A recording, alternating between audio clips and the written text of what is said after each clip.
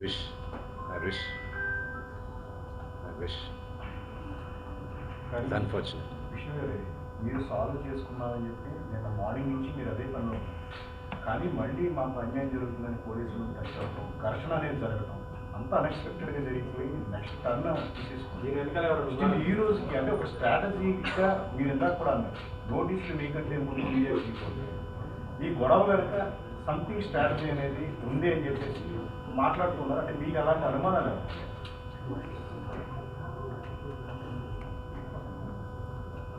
ఏది మాట్లాడినా ఇప్పుడు కాంట్రవర్సీ అవుతుంది. ఈరోజు ఈవినింగ్ దాకా వీఆర్ గివింగ్ ఛాన్స్ ఇన్వాల్వ్ అయిన వాళ్ళని టు బ్యాక్ ఆఫ్, లేకపోతే మీ ముందే చెప్తాను పేర్లని. ఎవరికి ఛాన్స్ ఇస్తున్నారండి?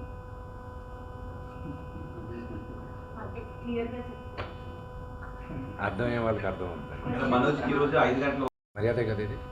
మీరు వచ్చేసి మా నాన్నగారు రూమ్ లోపల, ఇప్పుడు పైన ఉన్న హాస్పిటల్ రూమ్ లోపలికి రావచ్చా? తలుపులు తోసుకొని రావచ్చా? తీసుకెళ్ళింది మీ తమ్ముడే కదా sir. Okay, again I'm asking, ఎవరింట్లోకి వెళ్ళారు మీరు? ఎవరింట్లోకి వెళ్ళారు? తండ్రి yes. Did he invite you? కాదన్నాడు. Did my father invite you people? కాదండి. మీరు ఒక సెలబ్రిటీ హోదాలో ఉండి ఇన్ని రోజుల నుంచి ఇష్యూ అంతా వివాదం కదా, మీ సైడ్ నుంచి మోహన్ బాబు గారు ఒక ఆడియో రిలీజ్ చేశారు, ఒక నోట్ రిలీజ్ చేశారు, పోలీసులను కలిశారు, అది బయటకు వచ్చేసింది కదా, ఇంకా ఫ్యామిలీ అని చెప్పుకోలేము కదా, ఓపెన్ అయిపోయి పబ్లిక్గా అయిపోయి గొడవ అవుతుంది, ఇంత ఇష్యూ జరుగుతుంది. మీకు ఎందుకు చెప్పాలండి? చెప్పడం అని కాదు, అంత ఇష్యూ జరిగి బయటకు వచ్చిన తర్వాత ఇది మా ఇష్యూ అని అనుకోవడానికి ఉంటుంది కదా. మీరు సెలబ్రిటీస్ అండి, ఆబ్వియస్లీ మాట్లాడుకుంటారు. But why should I tell you? నేను ఎందుకు చెప్పాలి?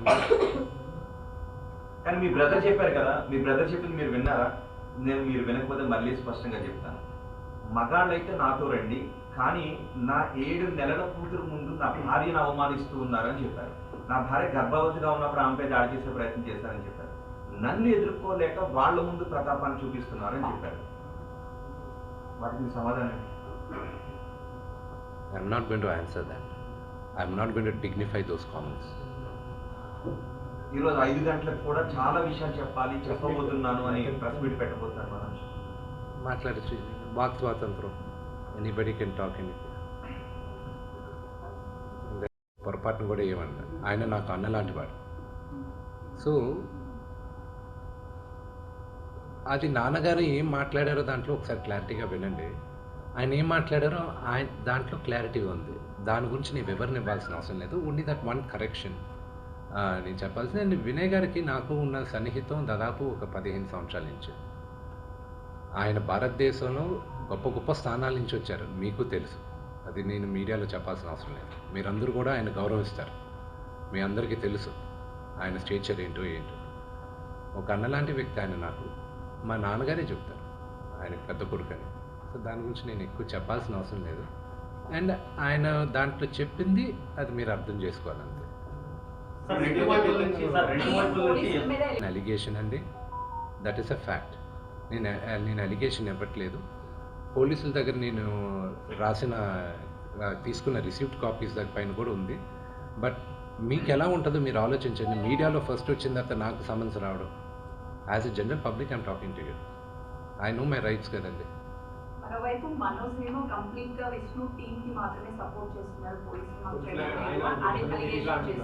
అంటే మొత్తానికి. See, I feel the only thing is that I leave you to judge it.